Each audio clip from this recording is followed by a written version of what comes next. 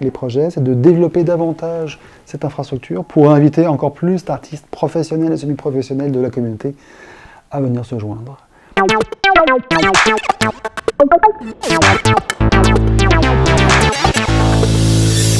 Pour commencer, je vais te demander de te présenter.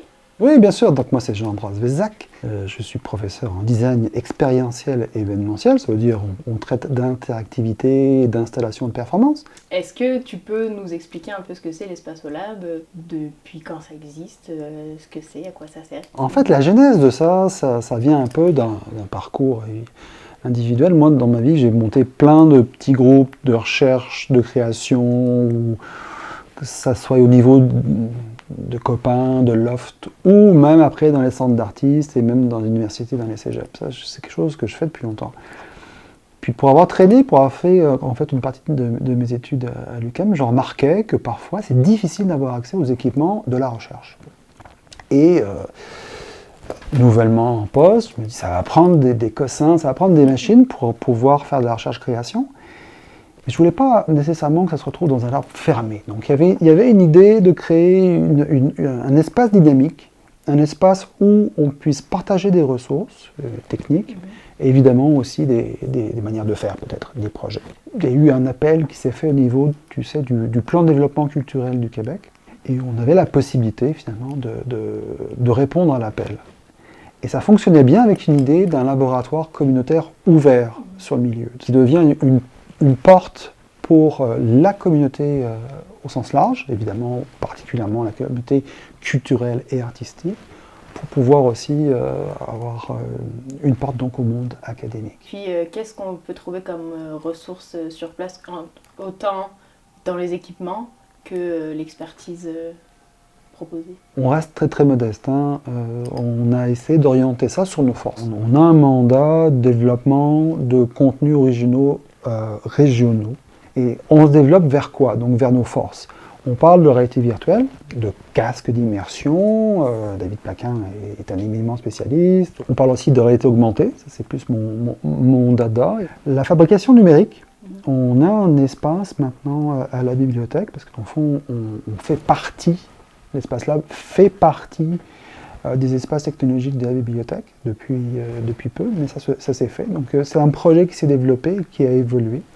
On peut retrouver à la bibliothèque donc des espaces, des stations VR où on peut simplement consulter la réalité virtuelle.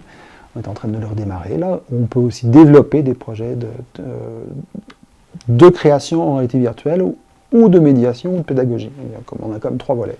L'aspect numérique, l'aspect fabrication numérique, c'est le plus tranquille, là, c'est le plus timide, il se met en place, on a une imprimante 3D qui vient de temps en temps, tu sais, on a tout pour organiser les choses là.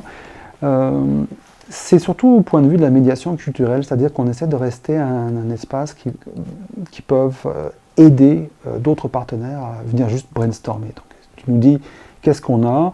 On a à peu près tout pour faire de la réalité augmentée et de la réalité virtuelle. Ça c'est aussi bien au niveau de la capture sonore ou de la photogrammétrie. On a des équipements pour diffuser la réalité virtuelle et la réalité augmentée. Puis on va se doter de capacités de projection en médiation culturelle.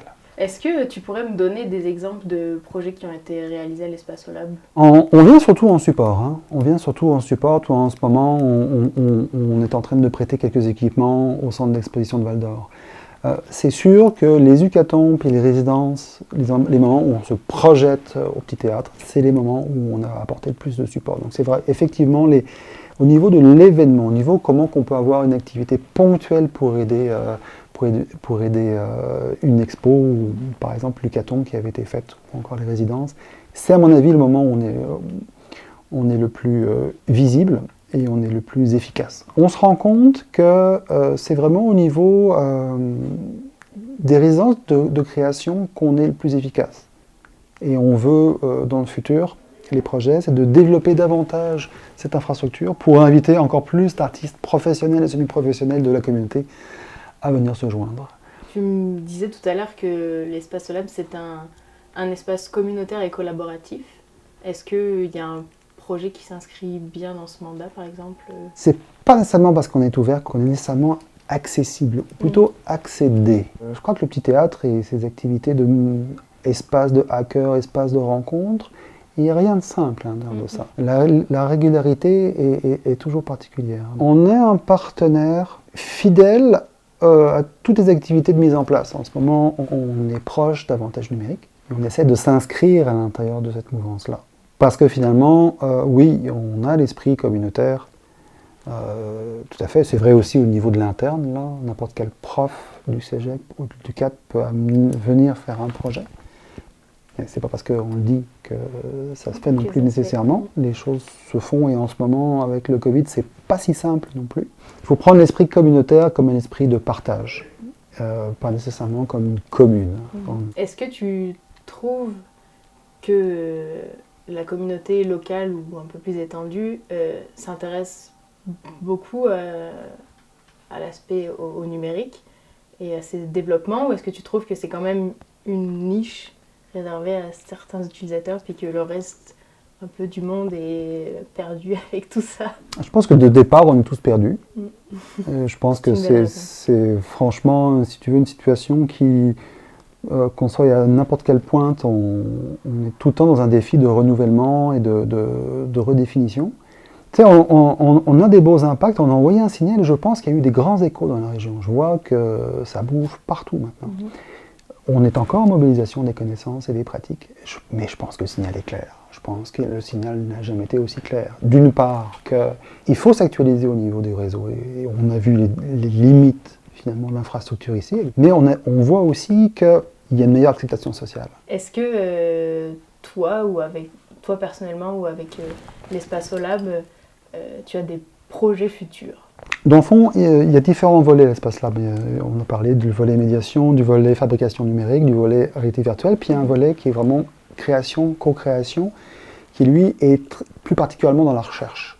C'est évidemment l'élément auquel je le suis plus sensible, et c'est celui qui a un très beau potentiel pour réseauter les artistes d'ici, un peu plus au niveau national, et de faire venir aussi des artistes nationaux ou des chercheurs au niveau local en fait. Et en ce moment, on est en train de construire ces éléments-là. Donc, on est en train de consolider la recherche et la recherche-création ici. Et ça va créer des petits, je pense.